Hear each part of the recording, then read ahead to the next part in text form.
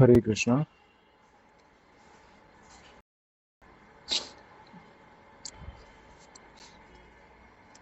मेरी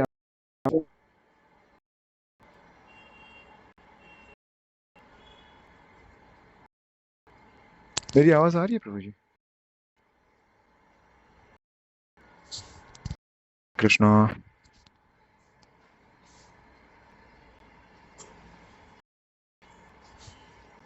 एक बार कोई कंफर्म करेंगे, आवाज आ रही है मेरी?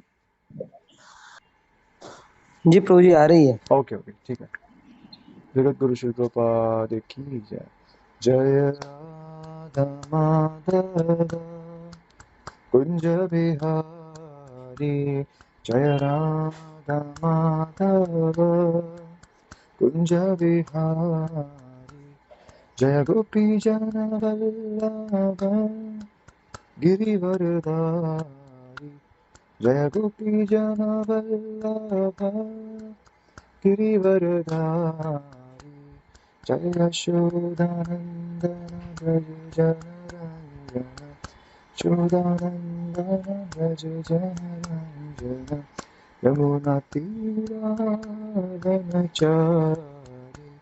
यमुनातीरावनचारि,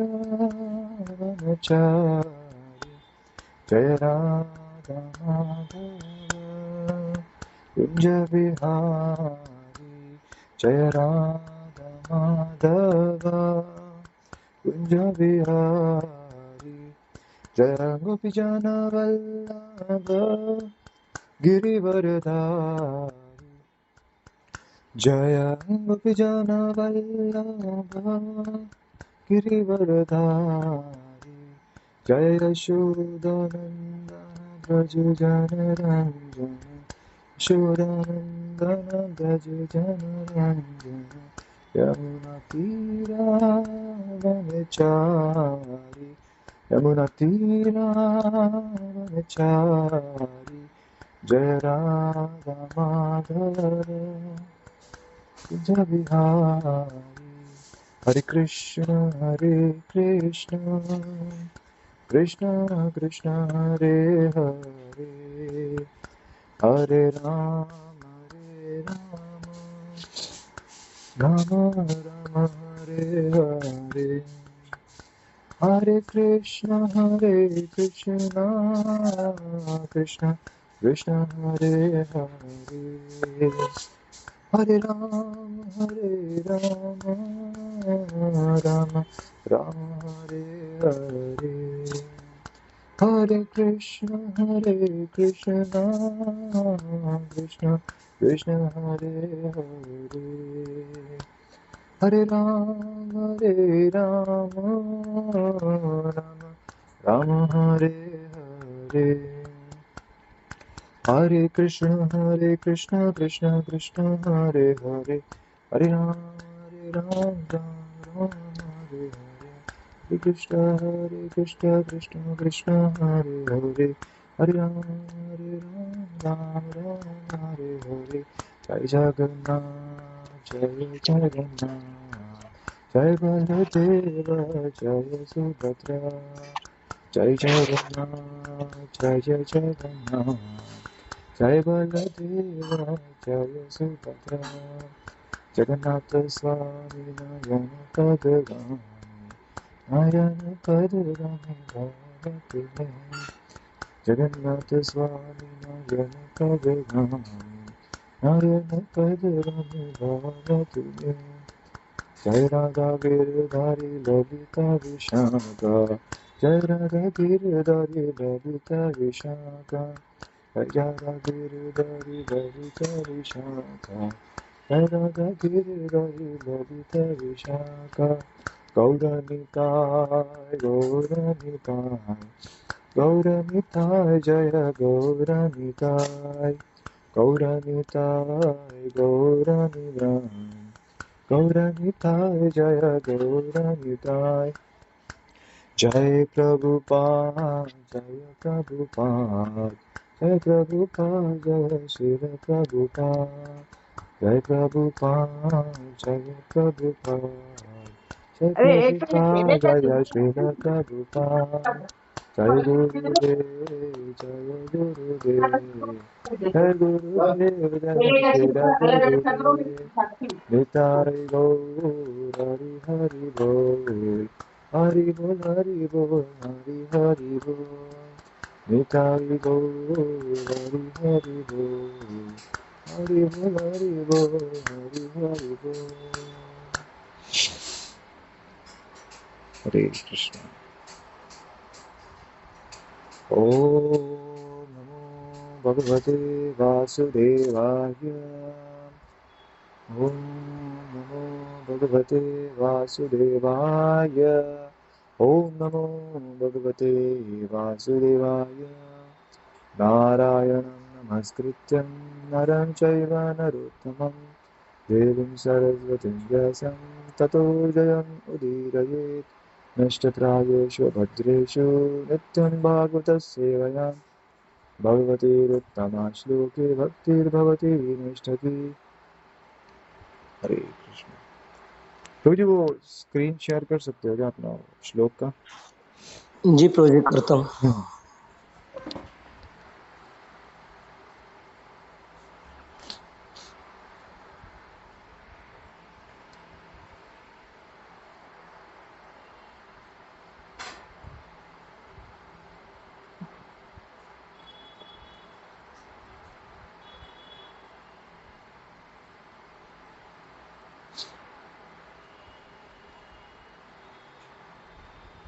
भागवतम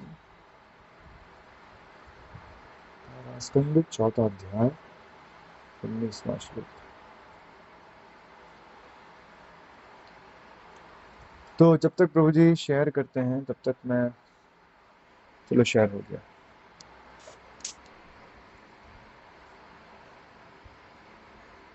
तो श्लोक को हम ध्यान से पढ़ेंगे, इसका उच्चारण करेंगे और इसका अनुवाद तथा तात्पर्य पढ़ने का और उसको समझने का प्रयास करेंगे। तो मेरे पीछे दोहराइएगा। चातुरोत्रं कर्म शुद्धं, चातुरोत्रं कर्म शुद्धं प्रजानां वीक्षय वैदिकं प्रजानां वीक्ष्य वैदिकम् प्रजानां वीक्ष्य वैदिकं प्रजानां वीक्ष्य वैदिकम् यथा व्यदधार्यज्ञसनातात्ये व्यदधाद्यज्ञसन्तत्ये व्यदधार्यज्ञसन्तत्ये व्यदधाद्यज्ञसन्तत्ये वेदामेकं चतुर्विधम् वेदमेकं चतुर्विधम् वेदमेकं चतुर्विधम् वेदमेकं चतुर्विधम् चातुरोत्रं कर्म शुद्धम् चातुरोत्रं कर्म शुद्धम् प्रजानां वीक्ष्य वैदिकम् प्रजानां वीक्ष्य वैदिकम् व्यदधार्यज्ञसन्तत्ये व्यदधाद्यज्ञसन्तत्ये वेदमेकं चतुर्विधम्। वेदमेकं चतुर्विधम् तो रिपीट करेंगे। चातुर्वोत्रं कर्म शुद्धम् चातुरोत्रं कर्म शुद्धम् प्रजानां वीक्ष्य वैदिकम् प्रजानां वीक्ष्य वैदिकम् व्यदधाद्यज्ञसन्तत्ये व्यदधार्यज्ञसन्तत्ये वेदमेकं चतुर्विधम् युद्धमेकं चतुर्विधम्।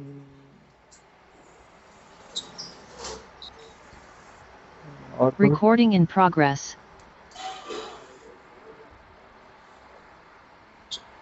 और कोई भक्त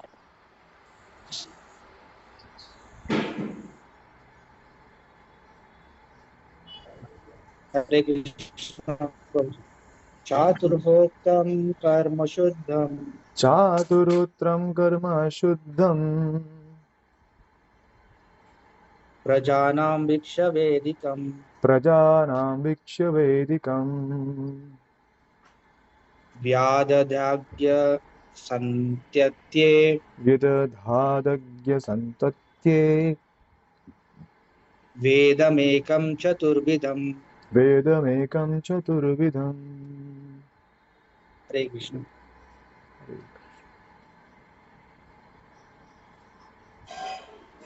और कोई भक्त? हरे कृष्ण प्रभु। जी माता जी।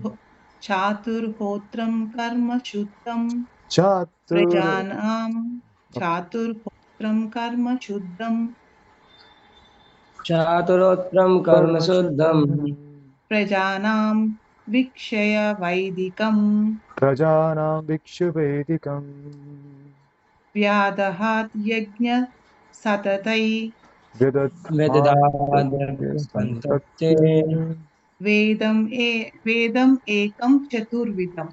वेदमेकं वेदमेकं चतुर्विधम्। हरे कृष्ण प्रभु जी। हरि हरि हरि बोल।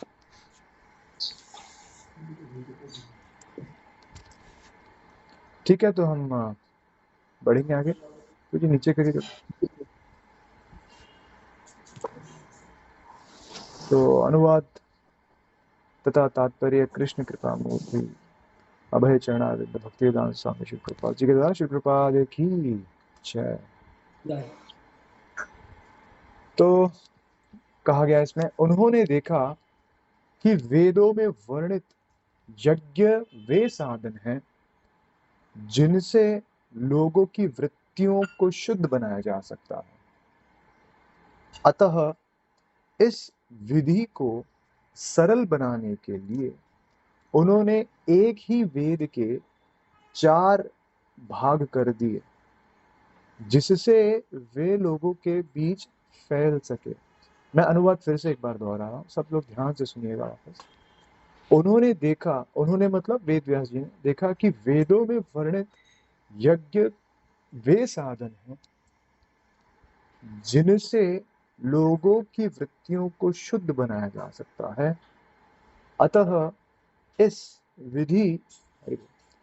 विधि को सरल बनाने के लिए ही उन्होंने एक ही वेद के 4 भाग कर दिए, जिससे वे लोगों के बीच फैल सके। तात्पर्य, पहले यजुर्वेद नामक एक ही वेद था और उसी में यज्ञ के 4 भाग, यज्ञ के 4 विभागों का विशेष उल्लेख था। लेकिन उन्हें अधिक सरल बनाने के उद्देश्य से वेद को यज्ञ के 4 विभागों में बांट दिया गया, जिससे चारों आश्रमों का वृत्तिपरक धर्म शुद्ध हो सके। ऋग, यजुर, साम तथा अथर्व, इन चारों वेदों के अलावा पुराण, महाभारत, संहिताएं आदि 5वां वेद कहलाती है। श्री व्यासदेव तथा उनके अनेक शिष्य इतिहास प्रवृत्त व्यक्ति थे, हिस्टोरिकल पीपल, और वे सब इस कली की पतित आत्माओं के प्रति अत्यंत दयालु थे। फलस्वरूप संबंध ऐतिहासिक तथ्यों से पुराण तथा महाभारत तैयार किए गए, जिनमें 4 वेदों की शिक्षा दी गई है। पुराणों तथा महाभारत को वेदों का अभिन्न अंग मानने की कोई शंका नहीं होनी चाहिए। छांदोग्य उपनिषद के पुराणों तथा महाभारत को, जिन्हें ध्यान से सुनना, सामान्य रूप से इतिहास माना जाता है, पंचम वेद कहा गया। श्रील जीव गोस्वामी के मतानुसार शास्त्रों की अपनी अपनी महत्ता आंकने की यही विधि है। ओम अज्ञानतिमिरन्धस्य ज्ञानाञ्जनशलाकया चक्षुरुन्मिलितं येन तस्मै श्रीगुरुवे नमः। श्रीचैतन्यमनोभीष्टं स्थापितं येन भूतले स्वयं रूपः कदा मह्यं ददाति स्वपदान्तिकं। वन्देऽहं श्रीगुरुं श्रीयुतपदकमलं श्रीगुरुं वैष्णवांश्च श्रीरूपं साग्रजातं सगण रघुनाथान्वितं तं सजीवं साधवेतं सावधूतं परिजनसहितं कृष्णचैतन्यदेवं श्रीराधा कृष्णपादा सगणललिता श्रीविशाखान्वितांश नमो विष्णुपादाय कृष्णपृष्ठाय भूतले श्रीमते भक्ति वेदांत स्वामी नमस्ते सारस्वते देवे गौरवाणी प्रचारणे निर्विशेष शून्यवादी पाश्चात्य देश तारणे हे कृष्ण करुणा सिंधु दीन बंधु जगतपते गोपेश गोपिका कांत राधा कांत नमस्ते तप्त कांचन गौरांगी श्री राधे वृंदावनेश्वरी वृषभानुसुते देवी प्रणमामि हरिप्रिये वाञ्छाकल्पतरुभ्यश्च कृपा सिन्धुभ्यैव च पतितानां पावनेभ्यो वैष्णवेभ्यो नमो नमः। जय श्री कृष्ण चैतन्य प्रभु नित्यानंद श्री अद्वैत गदाधर शिवासादि गौर भक्तवृंद हरे कृष्ण कृष्ण कृष्ण हरे हरे हरे राम राम राम हरे हरे हरे कृष्ण कृष्ण कृष्ण हरे हरे हरे राम राम राम हरे हरे हरे कृष्ण कृष्ण कृष्ण हरे हरे हरे राम राम राम हरे हरे।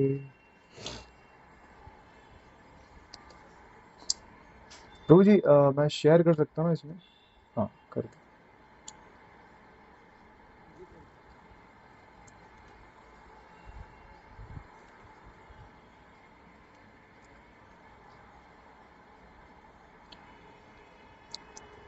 तो हम भागवतम के प्रथम स्कंद के चौथे अध्याय का 19वां श्लोक कर रहे हैं, जिसमें अब वेद व्यास जी के बारे में बताया गया है और वेद व्यास जी किस प्रकार भागवतम की रचना करते हैं। तो उसका एक बैकग्राउंड, उसकी पृष्ठभूमि यहाँ पे बताई जा रही है। ठीक है, तो बहुत ही सुंदर श्लोक था जिसमें वेद व्यास जी का आविर्भाव इस जगत में एक ही कारण के लिए हुआ था, वह है समस्त मानव जाति के कल्याण के लिए, समस्त जीवों के कल्याण के लिए शास्त्रों को, वेदों को, इनको लिपिबद्ध करना, लिखना। तो पहले के आचार्य जो थे और आज भी जो ऋषि मुनि थे, वो हमेशा लोगों का कल्याण कैसे हो उसी का विचार करते थे।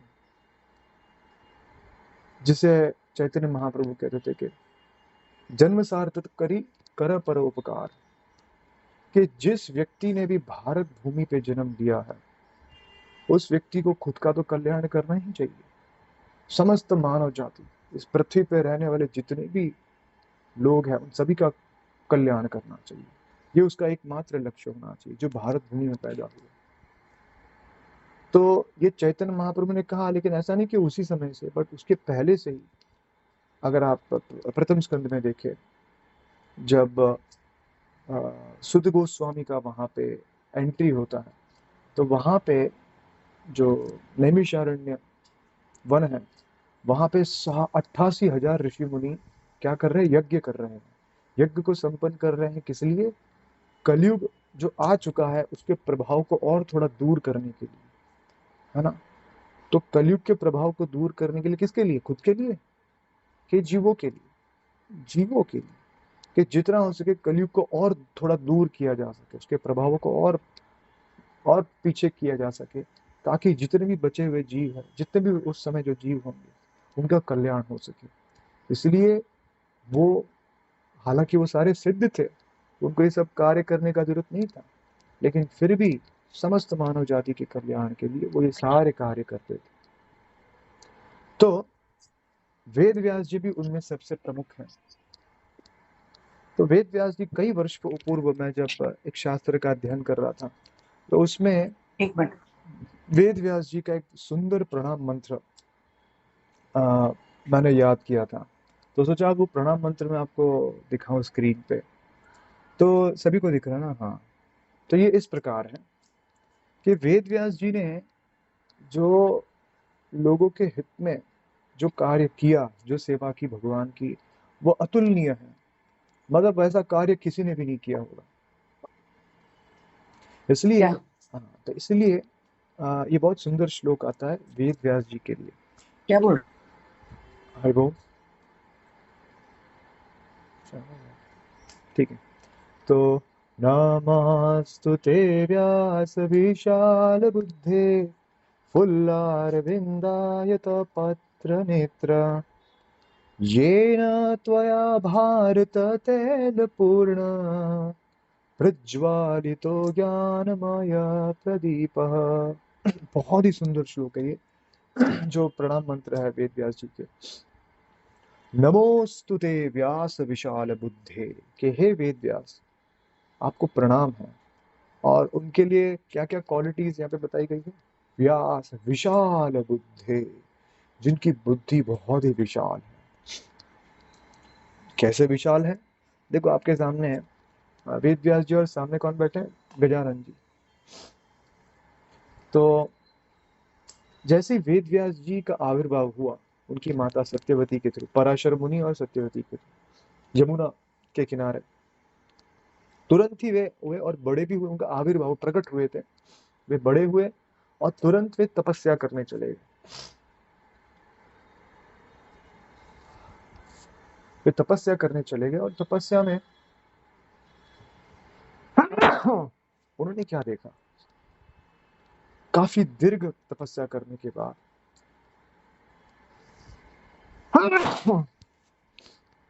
उन्होंने देखा, कलयुग को देख लिया था, उनमें फ्यूचर देख लिया, और वो फ्यूचर इतना भयानक था।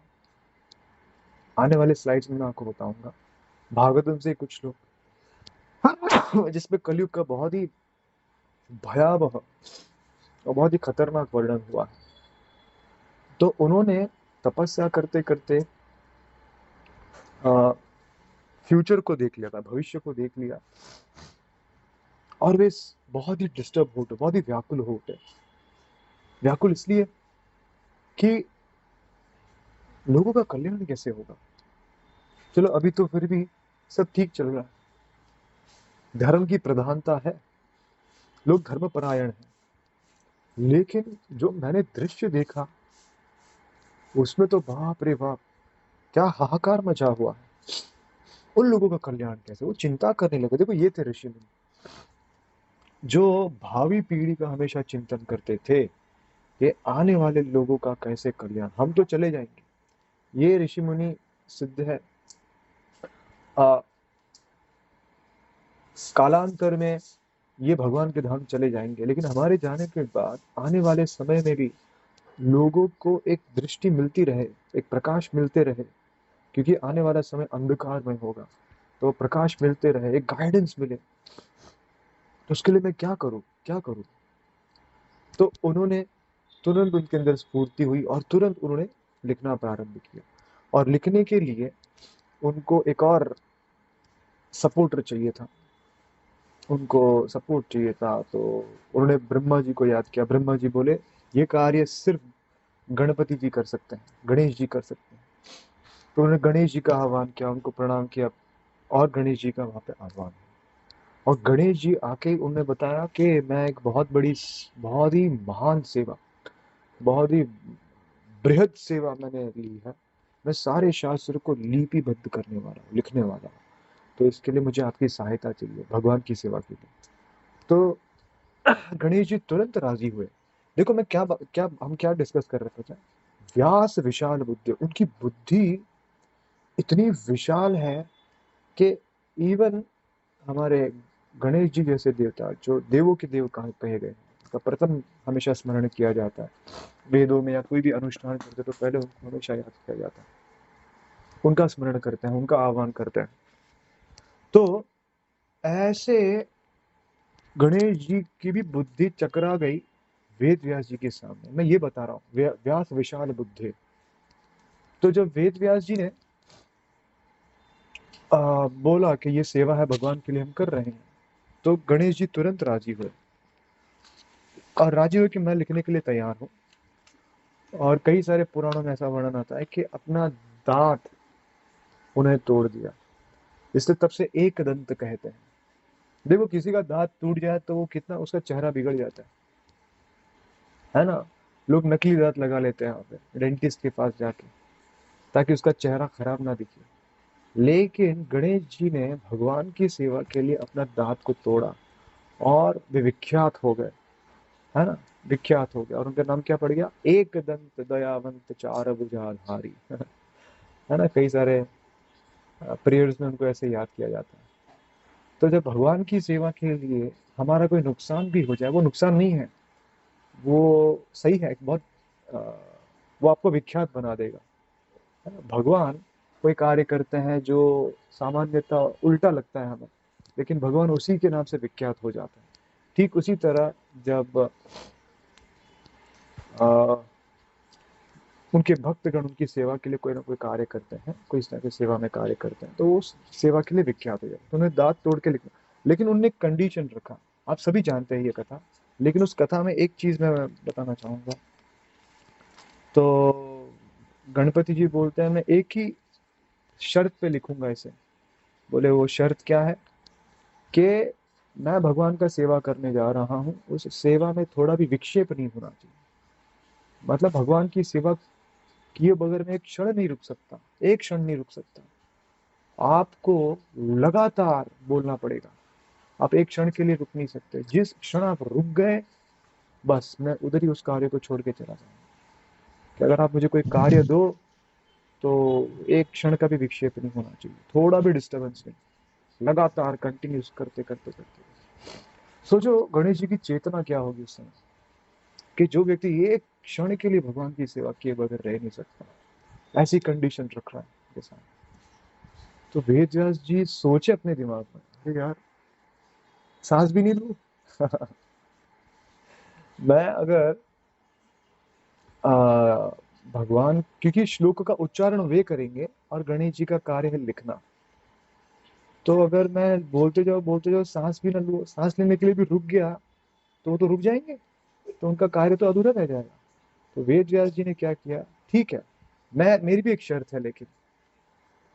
तो बोले क्या शर्त है, तो ये शर्त है मैं जो कुछ भी बोलूं, मैं जो कुछ भी आपको श्लोक बोलूंगा, जब तक आप उसका अर्थ ना समझो, पूरा अर्थ ना समझो, तब तक आप एक शब्द नहीं लिखोगे। गणेश जी बोली ये क्या शर्त है। बोले हाँ यही शर्त है।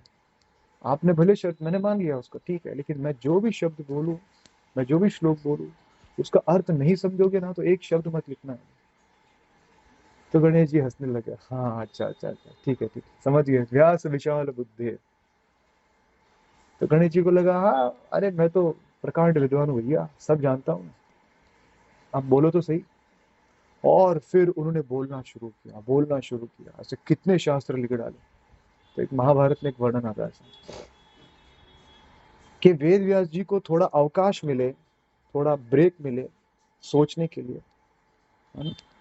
तो अवकाश, क्योंकि अवकाश लेंगे तो गणेश जी रुक जाएंगे, इसलिए वेद व्यास जी ने शास्त्र में, खासकर महाभारत जब लिख रहे थे, 8800 ऐसे श्लोक बोले जिसको कूट श्लोक कहा जाता है। कूट श्लोक, ये श्लोक क्या होते हैं, ये श्लोक वो श्लोक है जिसको पढ़ने से एकदम कंफ्यूजन क्रिएट होता है।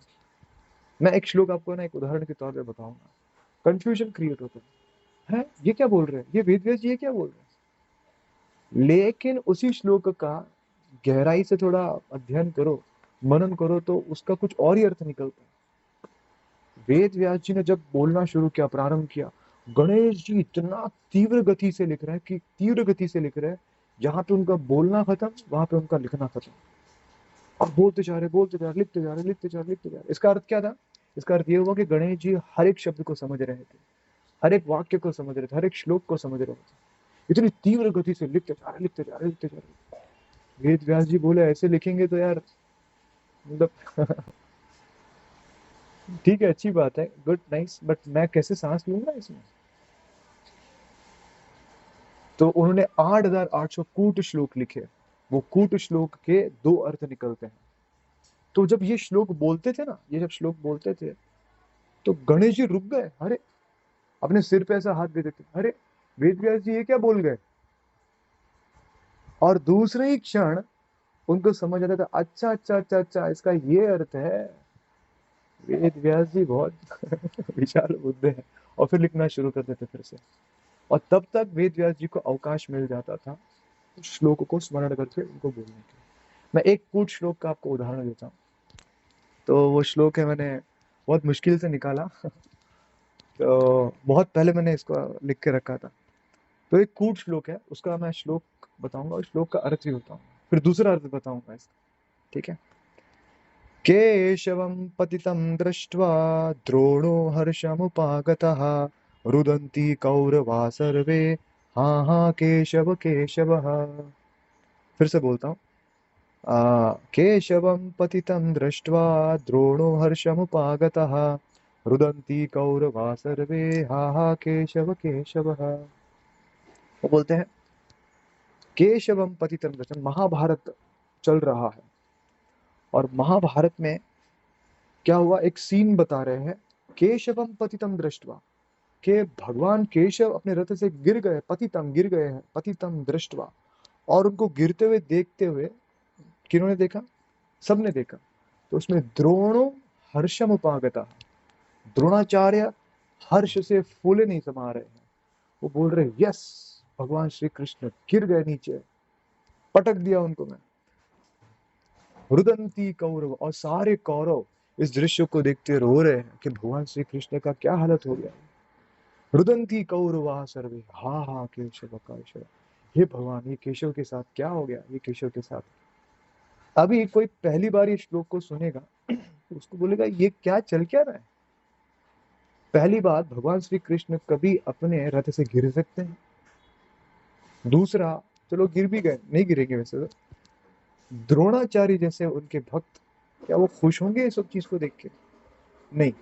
तीसरा कंट्रोवर्सी यहाँ पे क्रिएट होता है, कौरव, दुर्योधन, दुशासन, ये सारे व्यक्ति कृष्ण को तो हमेशा से मतलब पराजित देखना चाहते थे, क्योंकि उनको पता था कि जब तक ये जीवित है तब तक ये सबसे बड़ा रास्ते का कांटा बना हुआ है हमारे कि इसको, तो उसको श्री कृष्ण को गिरते हुए देखते हुए सारे कौरव लोग रो रहे हैं। ऐसा कभी हो सकता है? नहीं हो सकता। तो गणेश जी रुक गए, अरे वेदव्यास जी ये क्या बोल रहे हो, आप तो एकदम कॉन्ट्राडिक्टरी बातें कर रहे हो तो फिर बाद में पता चला इसका दूसरा अर्थ क्या है, सुनना ध्यान से। उसका दूसरा अर्थ क्या है, केशवम पतितम दृष्ट्वा। बोले के का अर्थ होता है जल, शव का अर्थ होता है, जैसे शव होता है ना किसी का, शव, शव, तो शव को हम मतलब बॉडी, डेड बॉडी को हम शव कहते हैं। तो बोलिए ये रणभूमि जो इतना खतरनाक था, महाभारत का जो युद्ध हुआ इतना भीषण था कि मानो कि खून की नदी बह रही हो वहां पे। तो उस खून की नदी में एक शव तैरते हुए जा रहा था, फ्लो होते हुए जा रहा था, केशवम पतितम दृष्ट्वा, और उसको देख के कौन खुश हुआ पता है, द्रोणम हर्षम उपागता। ये द्रोण के कई सारे अर्थ होते हैं, ये यहाँ पे द्रोणाचार्य नहीं है इसका मतलब। द्रोण, द्रोण का मतलब होता है कौए, चील, कौए, गिद्ध जो होते हैं ना, जो स्कैवेंजर्स किसको कहते हैं हम लोग, वो बहुत खुश हुए। क्यों खुश हुए? उनका लव फीस्ट चालू हो गया उनको भोजन पर्याप्त, कितने दिनों तक, कितने महीनों तक उनको भोजन प्राप्त होगा, वो खुश हो गए, हा हा हा। लेकिन रुदंती कौरवा सर्वे, कौरव सब लोग विलाप करने लगे। अभी यहाँ पे कौरव का अर्थ वो कौरव नहीं है, यहाँ पे जो भेड़िए है ना, छोटे लोमड़ी भेड़िए, ये उस नदी के तट पे खड़े हुए रो रहे हैं। क्यों? क्योंकि वो लाश नदी के तट पे नहीं आ रही है वो बहते हुए जा रही है। बोलते हाय हाय, हमारा देखो कितना दुर्भाग्य है, इतने सारे डेड बॉडीज पड़ी, हम खा नहीं पा रहे।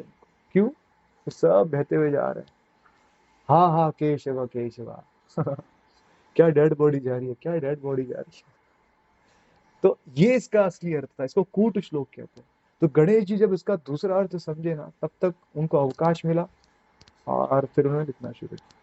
तो ये है नमस्तुते व्यास विशाल बुद्धे, इसलिए इनको प्रणाम किया जाता है, विशाल बुद्धे, इतना, इतने प्रकांड विद्वान। गणेश जी जैसे महान वैष्णव, महान वैष्णव को भी भ्रमित कर दिया, मतलब इतने विशाल बुद्धि थे। फुल्लारविंदायत पत्र नेत्र, उनके नेत्र कैसे हैं? फुल्लारविंद, अरविंद, अरविंद मतलब ने लोटस जो है, कमल कमल के समान, तो कमल के पंखुड़ियों के समान उनके नेत्र हैं। ये न तोया भारत तैल पूर्ण, क्या सुंदर श्लोक है कि उन्होंने क्या किया, भारत तैल पूर्ण। देखो इसके नीचे मैंने एक दीप बताया हुआ है, आप दीप को देख रहे होंगे। ये दीप क्या है, ये बोल रहे हैं कि ये दीप पूरे महाभारत ग्रंथ के समान है। इसके अंदर जो तेल है ना, तेल, वो तेल महाभारत ग्रंथ के समान है। और इसके बीच में जो इसकी बाती है, और उसके अंदर से जो प्रदीप, प्रदीप मतलब इसके अंदर से जो वो उसकी लौ जो जल रही है, वो भगवत गीता है। कि पूरे महाभारत को तेल तेल का उपाधि दिया गया है, और बीच में जो ज्ञान का प्रदीप जल रहा है उसको भगवत गीता। कि इस भगवत गीता को जलाने वाले, इस भगवत गीता को पूरे विश्व को देने वाले ये कौन थे, सिर्फ और सिर्फ भगवान वेद व्यास जी। तो इनको प्रणाम करते हैं। तो ये उनका बहुत सुंदर। तो वेद व्यास जी ने इस तरीके से सारे शास्त्रों का उसको लिपिबद्ध तरीके से लिखवाया गणपति के द्वारा। क्यों लिखाया, क्योंकि वो जैसे उन्होंने तपस्या की थी, तपस्या में इन्होंने क्या देखा, भागवतम के ही 12वें स्कंद का 12वां अध्याय, सॉरी पहला अध्याय, दूसरा अध्याय उसका पहला श्लोक में आता है, ततश्च अनुदिनं धर्मं सत्यं शौचं क्षमादया कालेन बलिना राजन् नांक्षति आयुर्बलं स्मृतिः। ततश्च अनुदिनं धर्म, हे राजन, अनुदिन प्रतिदिन, कलयुग का वर्णन है उसमें, प्रतिदिन, दिन प्रतिदिन ये सारी चीजें घटना शुरू हो जाएंगी। क्या, ततश्च अनुदिनम, every day it will reduce, धर्म, सत्य, सत्य कम हो जाएगा, धर्म कम हो जाएगा। देखो ना आज के टाइम पे देखो तो जो धार्मिक व्यक्ति है उनका मजाक उड़ाया जाता है। जो कोई ललाट पे तिलक लगाता है ना, सिर में शिखा रखता है, कंठी पहनता है, धोती कुर्ता पहनता है, भगवान के नामों का जप करता है, रास्ते पे जाएंगे लोग उसको ऐसा देखेंगे जैसे कि ये किसी और युग से आया हुआ व्यक्ति है, किसी और, है ना, किसी और ग्रह से आया हुआ व्यक्ति है, और उसका मजाक उड़ाते हैं। और तो देखो ना किस प्रकार धर्म घटते जा रहा है। लोगों को शर्म आएगी धार्मिक चिन्हों को अपने शरीर पे धारण करने के, लोगों को शर्म आएगी, लोग धार्मिक कार्यकलापों को छोड़ना चाहेंगे, और इसको एक एक एक ट्रेंड बन जाएगा जो बन रहा है अभी, कि धर्म को गाली दो, धर्म का मजाक उड़ाओ, और ये बहुत ही ट्रेंड में आ जाएगा। देखो ना आज के समय जो भी मूवीज बनती है, जो भी आर्टिकल्स लिखे जाते हैं, ये सारा का सारा एक ही है कि धर्म को गाली दो, धर्म को नीचा दिखाओ, और जितना धर्म को नीचे दिखाओगे उतना आप बहुत ही मॉडर्न और दूसरा प्रोग्रेसिव कहे जाओगे। जितना आप धर्म को मानोगे उतना प्रिमिटिव, प्रिमिटिव मतलब उतने आप पुराने रूढ़िवादी माने जाएंगे। और इस प्रकार उनका हास्य उड़ाया, उनके हंसी उड़ाई जाती है।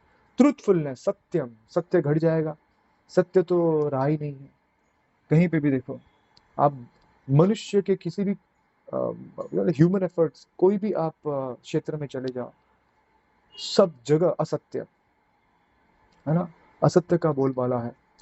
शौचम, साफ सफाई खत्म हो चुकी है, आंतरिक और बाहर की दोनों ही साफ सफाई खत्म हो चुकी है। बाहर से भी लोग गंदे रहते हैं, अंदर से भी उनका चरित्र कितना गंदा है, ये बोलने की आवश्यकता नहीं, हम देख रहे हैं, अपने जीवन में भी देखते हैं।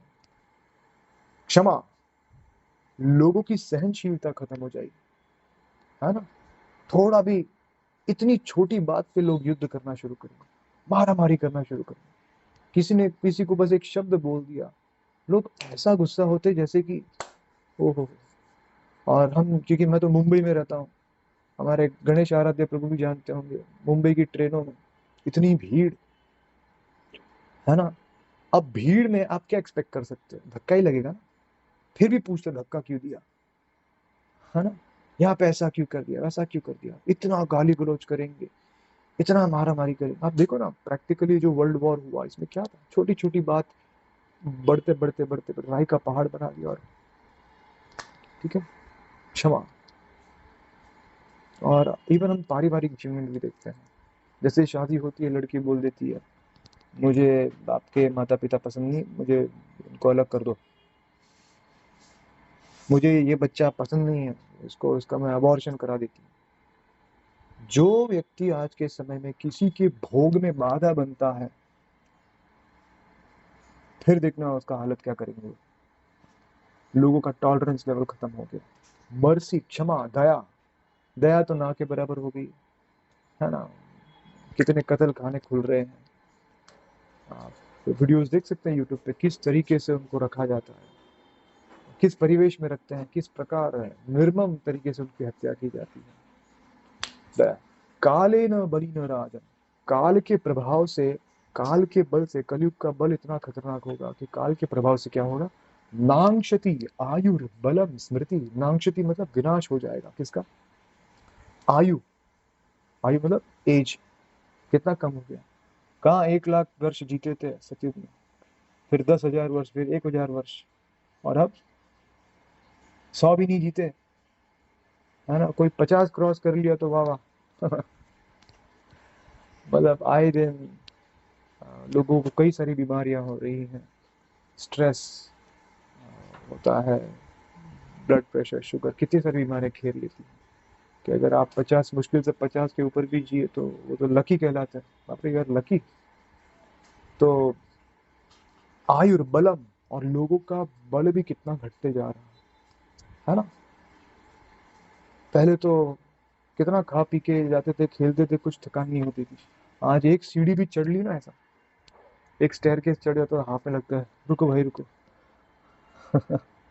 और स्मृति ही, लोगों की स्मृति, बुद्धि कितनी कम होती जा रही है ना। पहले के समय में मुझे याद है 15-20 फोन नंबर्स याद रहते थे है ना। और आज बोलो तुम्हारा नंबर क्या, नंबर 563। हाँ, एक मिनट मोबाइल देख के बोलता हूँ। और मोबाइल में से देख के निकाल। लोगों की मेमोरी कितनी कम होती है। तो ये सारी चीजें वेद व्यास जी ने पहले ही देख ली थी अपने ध्यान में, और जब देखा कि बाप रे बाप, मनुष्य इतना गिर जाएगा तो उनका कल्याण कैसे होगा, तो उन्होंने एक ही कार्य किया, उन्होंने तुरंत अपना इस लिखने के सेवा को आरंभ किया, और तुरंत गणेश जी को बुला के वो चीज। और वेद उस समय शाब्दिक रूप में थे, शब्द के रूप में थे।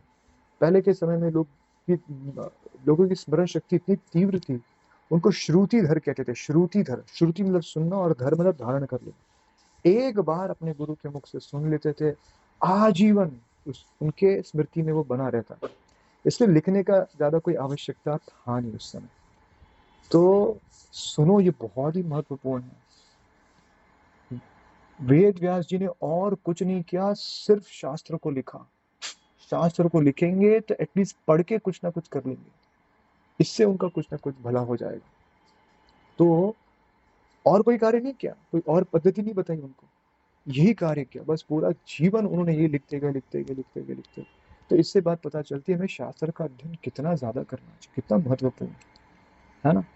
और आगे भी कलयुग का वर्णन आता है, पहले पहले अध्याय में 10वें श्लोक, प्रायण अल्पायुष सभ्य कला अस्मिन् युगे जनः मंद सुमंद मतयो मत भाग्य उपाधृता। के बोले हे विद्वान जनों, कि ये जो कलयुग आने वाला है इसमें लोगों की प्रायण अल्प आयुष्य, अल्प आयुष्य मतलब उनकी आयुष्य, उनकी आयु बहुत अल्प हो जाएगी। कला अस्मिन् युगे जनः, मंद, मंद मतलब एकदम सुस्त, और सुमंद मतलब एकदम ही सुस्त।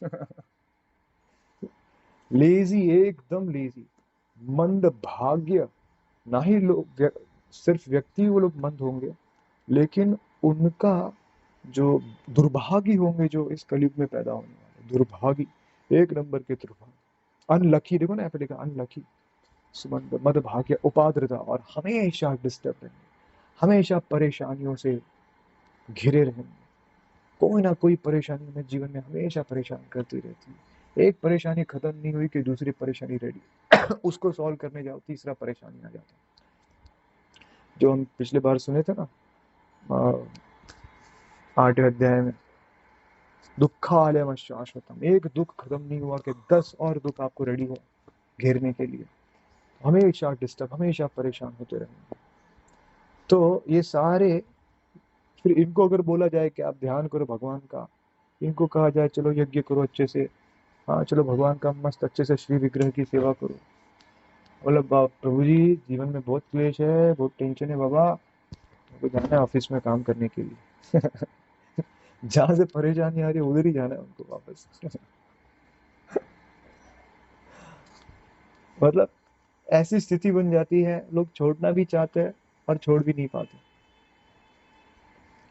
है ना। कैसा कैसा दुर्भाग्य है। पहले के समय में चलो छोड़ो यार, करना ही नहीं ये सब चीज, लेकिन आज छोड़ देंगे तो बोले करेंगे क्या फिर, चलो उधर ही चलते हैं वापस से। तो हमेशा डिस्टर्ब, मिसगाइडेड, और कोई करना भी चाहे, कोई इस परेशानी से वास्तव में निकलना भी चाहे, तो उसको भ्रमित करने के लिए बहुत सारी अनेक संस्थाएं हैं।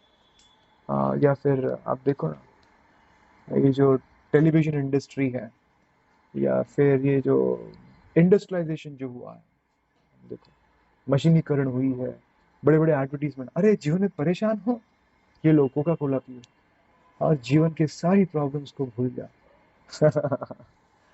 अच्छा आप परेशान हो, ये लो ये ब्रांड है बहुत अच्छा, ये विस्की का ब्रांड है, just drink it and forget all your problems. तो ये सारे लोग जो परेशानी से बाहर निकलना चाहते हैं, वास्तव में निकलना चाहते हैं, उनको दिग्भ्रमित करने के लिए ऐसे ऐसे उपकरणों का इजाद हुआ। मोबाइल फोन्स हो गए, इंटरनेट हो गया, कंप्यूटर्स हो गए, ऐसे ऐसे उपकरणों का इजाद हुआ कि व्यक्ति कुछ समय के लिए इनको देखता है और अपना अपने सारे प्रॉब्लम्स को भूल जाता है, लेकिन जैसे ही वो खत्म हुआ ना, फिर से वो प्रॉब्लम बड़ी हो जाती है। तो ये सारे सॉल्यूशंस नहीं हैं, इसलिए वेद व्यास जी ने क्या किया, वेद व्यास जी ने शास्त्र लिखे। तो हमें शास्त्रों को बहुत ही ध्यान से अध्ययन करना चाहिए। और सिर्फ ऐसा ही नहीं, सिर्फ वेद व्यास जी ही नहीं, स्वयं अपने संस्थापकाचार्य स्वामी श्री प्रभुपाद जी, भक्तिवेदांत स्वामी श्री प्रभुपाद जी, इन्होंने भी इसी कार्य को आगे ले जाते हुए इन्हीं सारे शास्त्रों का जो सार था, गीता और भागवतम, इनको बहुत ही सरल ढंग से प्रस्तुत किया लोगों के सामने। अगर आप देखो आज भी, अगर आप शास्त्र पढ़ोगे, मैंने बहुत वर्ष पहले अपने कॉलेज के समय में ऋग्वेद पढ़ना शुरू किया। हमारे कॉलेज में पूरा सारा सेट था ऋग्वेद यजुर्वेद, तो मैं सोचा कि चलो वेद पढ़ने चाहिए।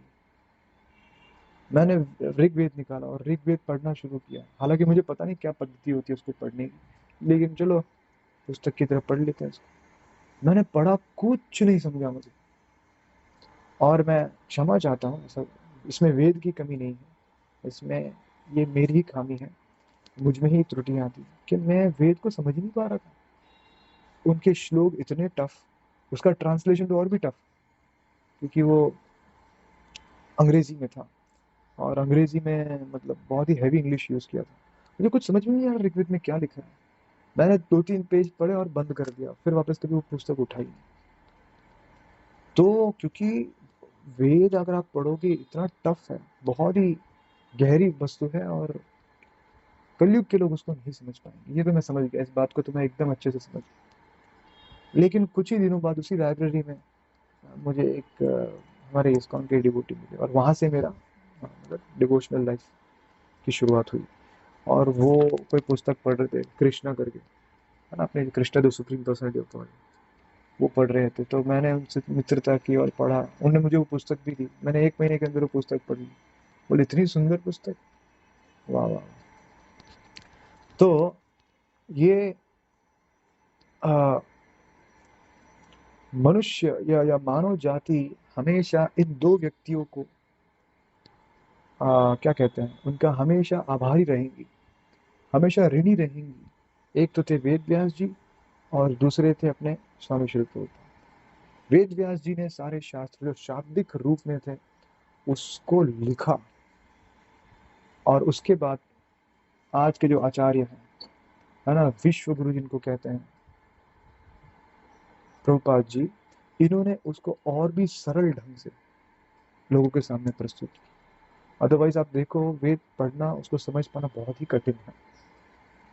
और वे प्रभुपाद जी ने पूरे वेद का जो सार है उस सार को छोड़ा नहीं, सार को पकड़ते हुए सारे पुस्तकों का ट्रांसलेशन किया। तो यहाँ पे देखो प्रभुपाद जी लिखते हैं, there is no literature throughout the universe like Srimad Bhagavatam, there is no comparison. मतलब कोई शास्त्र इसके नजदीक भी नहीं आता। There is no competition, every word is for the good of the human society, every word, each and every word. Therefore we stress so much in book distribution. जो वेद व्यास जी करते थे वो प्रभुपाद जी भी कर रहे हैं। Somehow or the other, if the book goes in one hand, एक व्यक्ति के हाथ में भी चला गया, he will be benefited. At least he will see, at least देखेगा। और ये मैं अपने जीवन में अनुभव करता हूँ। मुझे शुरुआत में पढ़ने में कोई रुचि नहीं थी, लेकिन अब भगवत गीता में इतने सुंदर चित्र दिए, वो चित्र इतने सुंदर बनाए थे, भागवतम में चित्र इतने सुंदर, चित्र की प्रति मेरे आकर्षण बना। बस इतने थोड़े समय के लिए मैंने वो चित्र देखने के लिए हाथ में पुस्तक ली। देखो प्रभुपाद जी की भविष्यवाणी, somehow or the other, if the book goes in one's hand, एक के हाथ में अगर थोड़े समय के लिए भी बुक पुस्तक चली गई, he will be benefited। और मैं इतने वर्षों के अनुभव के बाद कह सकता हूँ कि मैं तो बहुत बेनिफिट हूँ।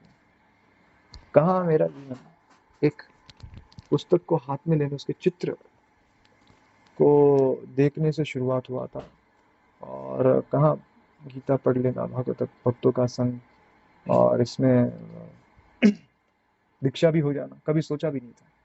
तो ये प्रभुपाद जी की भविष्यवाणी जो सार्थक हो रही है, अगर एक व्यक्ति के हाथ में भी चली गई कुछ समय के लिए, he will be benefited, at least he will see, एक बार देखेगा, oh they have taken so much of price, let me see what is there, क्या लिखा है इसके अंदर, जरा देखते हैं। If he reads one shloka, his life will be successful। और हमारे संस्था में ऐसे कई भक्त हुए हैं जो एक श्लोक पढ़ने से ही उनका जीवन परिवर्तन हुआ है ना। जब गीता बुक डिस्ट्रीब्यूशन होती है, गीता मैराथन आता है, कई सारे जो भक्त हैं जिनका लाइफ वाकई में बहुत ट्रांसफॉर्म हुआ है, वो अपने छोटे छोटे वीडियोस बना के, है ना, यूट्यूब पे या कई अनेक प्लेटफॉर्म्स पे देते हैं कि किस प्रकार मैं तो सुसाइड करने जा रहा था, लेकिन मेरे हाथ में गीता आ गई और मैंने एक श्लोक पढ़ा और जीवन बदल गया, और मैं लोगों को भी प्रेरणा देता हूँ कि आप गीता पढ़ो। तो ऐसे कई सारे उदाहरण आपको मिल जाएंगे। तो if he reads one shloka, his life will be successful, है ना। If one shloka, one word, एक शब्द भी बोले प्रभुपाद जी को इतना विश्वास है, कितना विश्वास कि एक शब्द भी पढ़ ले बस खत्म। This is such a nice thing, therefore we are stressing so much, please distribute books, पुस्तक पढ़ो, पुस्तक पढ़ो, पुस्तक पढ़ो। और प्रभुपाद अन्य कई सारे लेक्चर्स में भी कहते हैं कि मेरा एक ही कंप्लेन है अपने शिष्यों से, क्या, मेरे शिष्य मेरी पुस्तकों को गंभीरता से नहीं पढ़ते, यही मेरा कंप्लेन है। और पता है ये वेद व्यास जी का भी कंप्लेन था। मैंने महाभारत में पढ़ा, महाभारत के स्वर्गारोहण पर्व में आता है, वो बोलते हैं, वेद व्यास जी का भी कंप्लेन था। वेद व्यास जी बोले, मैंने इतने शास्त्र लिखे मानव जाति के लिए, लेकिन मेरी बात कोई सुनता ही नहीं, कोई पढ़ता ही नहीं है। बोलते मैंने हाथ उठा उठा के सबको बोल रहा हूँ मेरे शास्त्र पढ़ो, मेरे शास्त्र में लिखा है कि धर्म से चलो, धर्म को पकड़ के चलो, धर्म के विरोध आचरण मत करो, है ना, धर्म से तुम्हारे सब प्रॉब्लम सॉल्व हो जाएंगे, आपको मुक्ति चाहिए मुक्ति मिलेगी, आपको सेंस ग्रेटिफिकेशन करना है, आपको बहुत सारे भोग करना है, उसका भी आपको मिल जाएगा, सब कुछ धर्म अर्थ सब मिल जाएगा, बस धर्म से चलो। मैं हाथ उठा उठा के पूरे मानव जाति को बोल रहा हूँ, इतने शास्त्र लिखते लेकिन मेरी कोई बात नहीं सुनता, मेरा शास्त्र कोई नहीं पढ़ता। ये वेद व्यास जी का कंप्लेन था, और वही प्रभुपाद जी का भी कंप्लेन कि मेरे अपने शिष्यों से एक ही परेशानी है कि वो मेरे शास्त्र को गंभीरता से नहीं पढ़ते, पढ़ते भी है तो ऐसे ही पढ़ने के लिए, गंभीरता से नहीं पढ़ते। तो फिर प्रभुपाद जी बोलते फिर मैं भी क्या कर सकता हूँ, मैंने तो लिख दिया आपके भलाई के लिए, आप नहीं पढ़ोगे तो मैं क्या कर सकता हूँ, तो मैं कुछ नहीं कर सकता। एकमात्र आपको ये भागवतम भगवत गीता ये आपको बचाएगी, पुनः पुनः पढ़ते रहो, पढ़ते रहो, पढ़ते रहो, नया नया मीनिंग निकलते रहो। लेकिन आप नहीं पढ़ोगे तो प्रभुपाद जी के हृदय को बहुत आघात पहुंचेगा। जिस व्यक्ति ने इतना मेहनत किया, दिन रात, रात रात में पूरी दुनिया सोती थी, लेकिन इस दुनिया में एक ऐसा कमरा था जो पूरे मानव कल्याण के लिए, हाँ, रात को जाग जाग के ये पुस्तकें लिखते थे कि मैं नहीं रहूंगा तो एटलीस्ट मेरी पुस्तक रहेंगी, फिर पुस्तक लोग पढ़ पढ़ के उनको एक सुंदर दृश्य, मतलब क्या बोलते हैं, लाइट मिलेगा, जीवन जीने का एक बहुत सही तरीका मिलेगा और जीवन का उद्देश्य मिलेगा। तो अगर हम उनके पुस्तकों को नहीं पढ़ते हैं तो प्रभुपाद जी बहुत ही उनको आघात पहुंचे। तो प्रभुपाद जी को प्रसन्न करना है तो हमें पुस्तक पढ़नी चाहिए, उसको अनुभव करना चाहिए जीवन में, और दूसरों को भी पुस्तक को वितरण करके उनको भी प्रेरणा देनी चाहिए कि आप भी पुस्तक पढ़िए। तो यहाँ पे पुस्तक अध्ययन पे और पुस्तक वितरण पे ज़्यादा बल दिया गया। तो हमें उन पुस्तकों को पढ़ना चाहिए और इसके शिक्षाओं को दूसरों तक पहुंचाना चाहिए। जो वेद व्यास जी ने किया वही आज के समय में प्रभुपाद जी ने किया। हरे कृष्ण।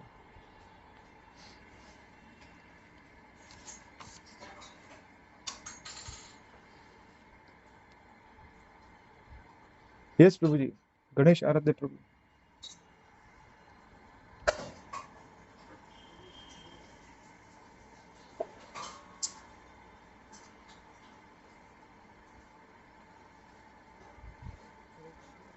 मुझे आवाज नहीं आ रही, अरे म्यूट हो गया।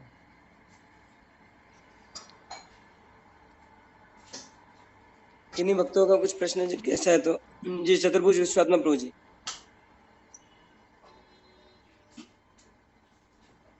हरे कृष्णा प्रभु जी, दंडवत प्रणाम। हरे कृष्णा प्रभु जी। हरि बोल। प्रभु जी, उस जमाने में कागज का तो आविष्कार ही नहीं हुआ था, अभी हुआ है। वो किसमें लिपिबद्ध करते थे, लिखते किसमें लिखते थे? ताड़ का जो वृक्ष होता था ना, उसके पत्तों पे लिखते थे। फिर अच्छा, हाँ, जो पेड़ की शाखाएं होते थे उनके उनके टैबलेट्स बनाते थे, टैबलेट्स, उनका क्या बोलते हैं उसको, पेज जैसा बनाते थे, उसके ऊपर लिखा जाता। अच्छा, अच्छा। टैबलेट जो होता है ना, टैब जैसे पेज होता है ना, मतलब पेज के रूप में ही उसको आकार दिया जाता था। वृक्ष के छालों को, वृक्ष के जो ब्रांचेस होते हैं ना, तना जो उसको बोलते हैं, उसको काट के फिर उसके ऊपर लिखे जाते थे। ठीक है प्रभु जी, थैंक यू, हरि बोल। Thank you. और किसी वक्त का कोई जिज्ञासा?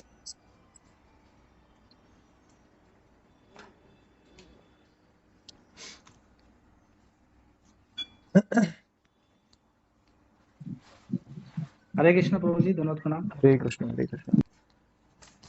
प्रभु जी, संस्कृत श्लोकों का उच्चारण थोड़ा सही से नहीं हो पा रहा प्रभु जी, उसके लिए क्या कुछ? उसके लिए प्रभु जी एक तो ये समझना पड़ेगा, हम सब कुछ नहीं पढ़ना है, सब कुछ याद नहीं रखना है, और प्रैक्टिस से होगा प्रभु जी। और बहुत सारे वीडियोस है यूट्यूब पे, जैसा भी प्रभु जी ने वो श्लोक जैसे शेयर किया था ना, उसमें ऑडियो भी दिया हुआ है। उस ऑडियो को सुनते रहेंगे और फिर उच्चारण भी करेंगे, वो प्रैक्टिस बन जाएगा प्रभु जी, हो जाएगा अच्छे से। प्रैक्टिस ही एक तरीका, अभ्यास न तो कौन्तेय वैराग्येण च गृह्यते, अभ्यास से ही करना पड़ेगा।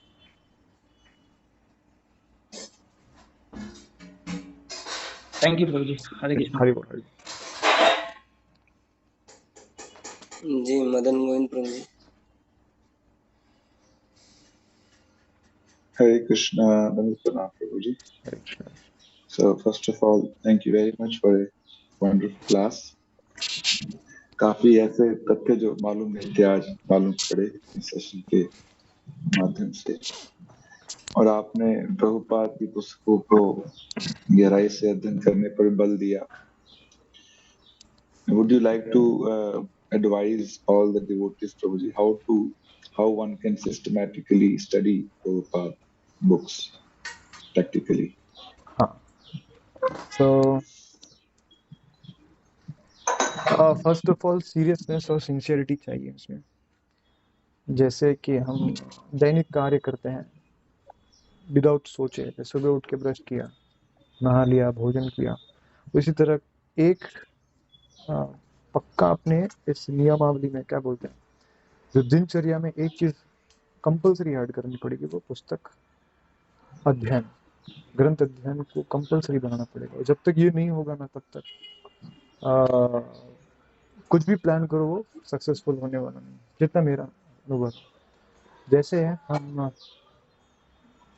16 माला का कैसे नियम बना दिया था, 16 माला किए बगैर हम सोएंगे नहीं, आ, भगवान को भोग अर्पण किए बिना कुछ प्रसाद पाएंगे नहीं। ठीक उसी तरह इसको जीवन का एकदम अभिन्न हिस्सा बनाना पड़ेगा। ये कर दिया, फिर आगे रास्ते निकलते जाएंगे, भगवत गीता से शुरू करेंगे। और कितने सारे ऐसे वीडियोस हैं यूट्यूब पे, अगर आप नहीं समझ में आते हैं, मैं प्रैक्टिकली जो चैतन्य चरण प्रभु की लेक्चर्स हैं, पूरी गीता, पूरा भक्ति शास्त्री कोर्स उन्होंने दिया हुआ है यूट्यूब पे, पूरा दिया हुआ, करीबन 200 के ऊपर वीडियोस हैं, और इतना सटीक और इतना सुंदर। हालांकि वो अंग्रेजी में है, हिंदी का मुझे पता नहीं, बट अंग्रेजी में इतना सुंदर ढंग से उन्होंने 3-3 4-4 श्लोक पूरा भगवत गीता कवर किया हुआ। तो रोज का एक एक वीडियो भी देखे, या हफ्ते में 2-3 वीडियोस भी देखे, और अध्ययन करे, बुक लेके बैठे हैं, पेंसिल लेके बैठे हैं, अंडरलाइन करे उसको, और फिर से उसको रीड करे, फिर से पढ़े, और मन में एक बनाए कि 1-2 ऐसा पॉइंट तो हमेशा निकालो इसमें से जो जीवन में मैं अप्लाई कर सकूं आज के दिन। तो उस सर्चिंग उद्देश्य से आप पढ़ोगे तो ऑफ कोर्स वो कोई ना कोई पॉइंट मिल ही जाएगा। और इसमें यूट्यूब में बहुत सारे क्लास दिए गए हैं, और फिर ऐसे प्रोग्राम्स भी अपन कर रहे हैं, जो भागवतम का मॉर्निंग क्लास हो गया, या फिर गणेश आराध्य प्रभु आगे के लिए भी समझो गीता क्लास शुरू करनी है तो वो भी सोच सकते हैं। क्योंकि मैंने वो लेक्चर्स देख के मैंने पूरा प्रिपेयर भी किया है, पीपीटीज भी बनाई है उसके ऊपर, और काफ़ी इन डेप्थ जितना मेरे से हो पाया मैंने बनाए हैं इसके ऊपर चीज़ें। तो पहले तो सिंसियरिटी चाहिए, बहुत ही सीरियसनेस चाहिए कि इसको मेरे जीवन का अभिन्न हिस्सा बनाना है, तभी हो पाएगा, नहीं तो नहीं। फिर गीता, भागवतम, और हमारे गुरु महाराज भी कहते हैं, गोपाल कृष्ण गोस्वामी महाराज कहते हैं कि आपको 1 घंटा, उनके इतने सारे उपदेशों में से एक उपदेश हमेशा कॉमन रहता है कि मेरे हर शिष्य को 1 घंटा पुस्तक अध्ययन करना ही चाहिए, और अगर हम नहीं करते तो ये गुरु अवज्ञा हो जाएगी, और फिर नाम अपराध, फिर इसलिए फिर टेस्ट नहीं आएगा, बहुत सारी चीज़ें, बहुत सारी प्रॉब्लम्स विल एंटेल। इसीलिए इसको सर्वोपरि मान के, जैसे हम 16 माला पढ़ रहे हैं, उसी की तरह ग्रंथों का अध्ययन के लिए भी इसको बहुत ही सर्वोपरि मान के, प्रभुपाद जी की आज्ञा और गुरु महाराज की आज्ञा को समझ के इसको अपने जीवन का अभिन्न हिस्सा बनाए, तो ही हो पाएगा, नहीं तो नहीं हो पाएगा। थैंक यू मच तो सबके बेस में एक्चुअली सीरियसनेस ही है, सीरियसनेस नहीं रहेगा, गंभीरता नहीं रहेगी ना, तो कुछ भी नहीं होगा। हरि बोल। थैंक यू प्रभु जी। हरि बोल।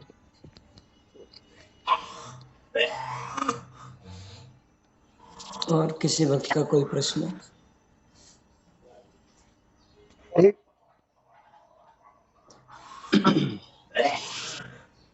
तो जी मेरा एक प्रश्न है।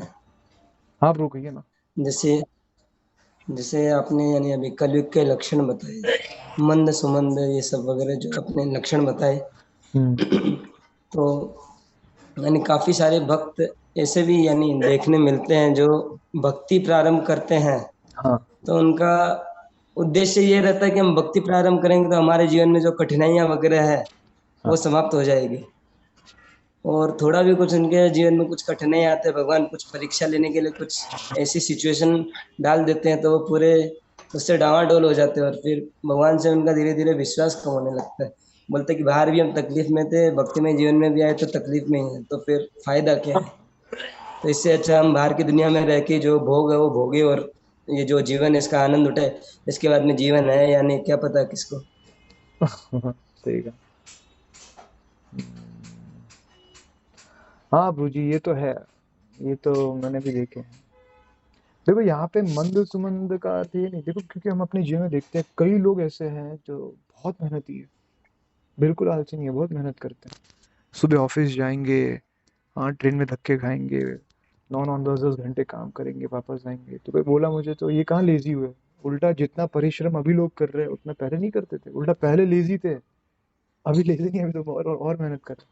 तो यहाँ पे मंद सुमंद का अर्थ वो नहीं है, मंद सुमंद का अर्थ है भौतिक कार्यों में सबकी रुचि बनी रहेगी, है ना।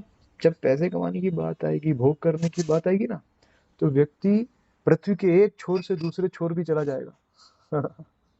लेकिन यहाँ पे मंद सुमंद किसकी बात कही गई है?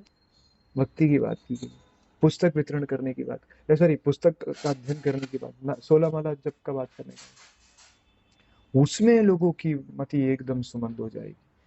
जो धार्मिक कार्य है, भक्ति के कार्य है ना, इसमें लोग बहुत ही स्लो हो जाएंगे। बाकी भोग का बात आएगा ना, आदमी एकदम, देखो ना ऑफिस में, हम देखो वीकेंड आता है, किसको बोलो चलो अभी 2 दिन का छुट्टी आ रहा है, 3 दिन का छुट्टी आ रहा है, चलो पंढरपुर चलते हैं, उदयपुर चलते हैं, श्रीनाथ जी चलते हैं, सत्संग सुनेंगे, भक्तों का संग मिलेगा। अरे यार, इसके लिए पूरा जीवन पड़ा है, कौन जाएगा ये सब के लिए? नहीं नहीं, इससे अच्छा मैं घर पे सो लूंगा, इसको सुमंद कहते हैं। और जैसे ही बोलो अरे वो इमेजिका में मस्त फ्री पास मिला है, दो जन जा सकते हैं आराम से फ्री, लोग ऐसा भाग के जाएंगे वहां पे। हाँ, पहली ट्रेन पकड़ के निकलेंगे सुबह सुबह, मतलब कोई मौका नहीं छोड़ेंगे भोग करने का। वही प्रभु जी बोलते, पैसा कमाने के लिए पता चला यहाँ पे कुछ डॉलर्स ज्यादा मिल रहे हैं, तो पृथ्वी के एक छोर से दूसरे छोर तक चले जाएंगे। लेकिन बाजू में मंदिर होगा इस्कॉन का, वहां पे कथा कीर्तन कुछ ना कुछ चल रहा है, उधर जाने के लिए उनको मौत आएगी। तो उस हिसाब से मंद सुमंद कहा गया। हाँ, तो जैसे आपका प्रश्न था ना प्रभु जी, इसमें एक चीज है, इसलिए जो मुझे मालूम पड़ता है, जितना मुझे पता है, ये भोग प्रवृत्ति है ना प्रभु जी, बहुत ही खतरनाक चीज है। ये मन के अंदर सभी को भोग करना, सभी को एंजॉय करना, बहुत मजे करने हैं लोगों को, और फिर हो सकता है वो भोग करने की जो तीव्रता है किसी में कम हो सकती है, किसी में ज्यादा हो सकती है, लेकिन है ये जो एंजॉइंग प्रोपेंसिटी है ना, प्रभुपाद जी बार बार अपने ग्रंथों में बात कर रहे हैं, इसको छोटा नहीं लेना चाहिए। याद रखना, ये एंजॉइंग प्रोपेंसिटी ही थी जिसकी वजह से हम गोलोक को छोड़ के इधर आए, है ना। जो काम जिसको कहते हैं ना, भोग करने की इच्छा, सेंस ग्रेटिफिकेशन, ये नहीं था वहां पे गोलोक। सेंस ग्रेटिफिकेशन मतलब कृष्ण से अलग कुछ, कृष्ण की सेवा करना, कृष्ण को सुख पहुंचाना, और उससे जो हमें सुख मिलता है उसको सेंस ग्रेटिफिकेशन नहीं कहते। लेकिन कृष्ण को छोड़ के, उनसे अलग होके मुझे जो सेंस ग्रेटिफिकेशन चाहिए उसको काम कहते। तो वो काम की इच्छा आई, और इसलिए देखो वो सीड था, उसकी वजह से ही हमें गोलोक को छोड़ के इस दुनिया में, और फिर देखो कितना भटक रहे हैं। तो जब तक ये रहेगा ना प्रभु जी, जब तक ये रहेगा ना, तब तक आप भक्ति करो नहीं करो, अगर वो आपका गोल है, वो सेंटर है, तो फिर वो सेंटर के पूर्ति के लिए ही आप बाकी सारे कार्य करोगे। वो भक्ति का कार्य हो सकता है, वो भौतिक कार्य हो सकता है, और अगर इन दोनों से ही उसकी पूर्ति नहीं हो रही है, will start hating those things. अगर वो भौतिक चीज है, अरे यार ये जॉब में मजा नहीं आ रहा, इसकी वजह से मैं भोग नहीं कर पा रहा, I will change the job. अरे यार भक्ति में आया तो सोचा परेशानी कम हो जाएगी ताकि मैं भोग अच्छे से कर सकूं, लेकिन वो नहीं हो पा रहा, तब भक्ति बेकार है, उसको गाली देना शुरू करें। सो कहीं ना कहीं ये भोग की जो प्रधानता है ना, यही मूल कारण है कि हम भक्ति में टिकते नहीं हैं, या कई लोग टिकते नहीं हैं। तो ये पहले इसको पकड़ना पड़ेगा। इसलिए मैंने कहा ना, पिछले लेक्चर में मैंने कहा था कि जितना मेरा अध्ययन है, मैंने देखा 2 ही चीज भगवान श्री कृष्ण कहते हैं पूरे गीता में, अपना भोग प्रवृत्ति कम करो, मन को और इंद्रियों को वश में करो, मन को इंद्रियों को वश में करो, बार बार बोलते हैं।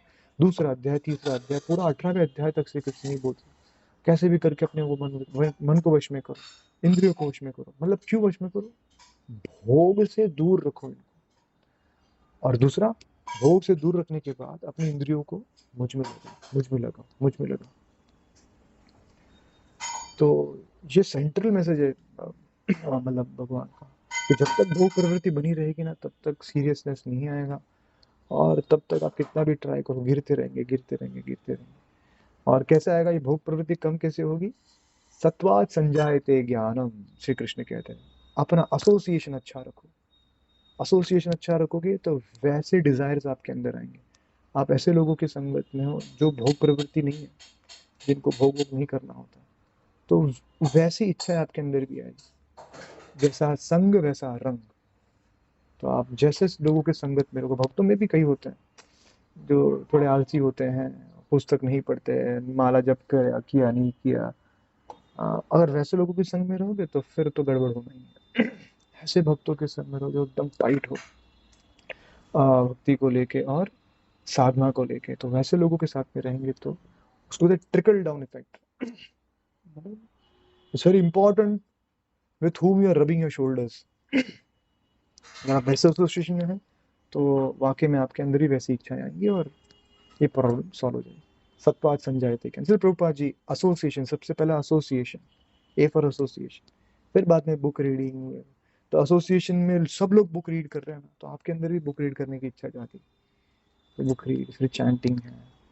तो एसोसिएशन इज वेरी इंपॉर्टेंट। और भोग प्रवृत्ति को जितना हो सके कम कम करो, कम करो, कम करो, तब तक ये प्रॉब्लम बनी रहेगी, नहीं तो, है ना।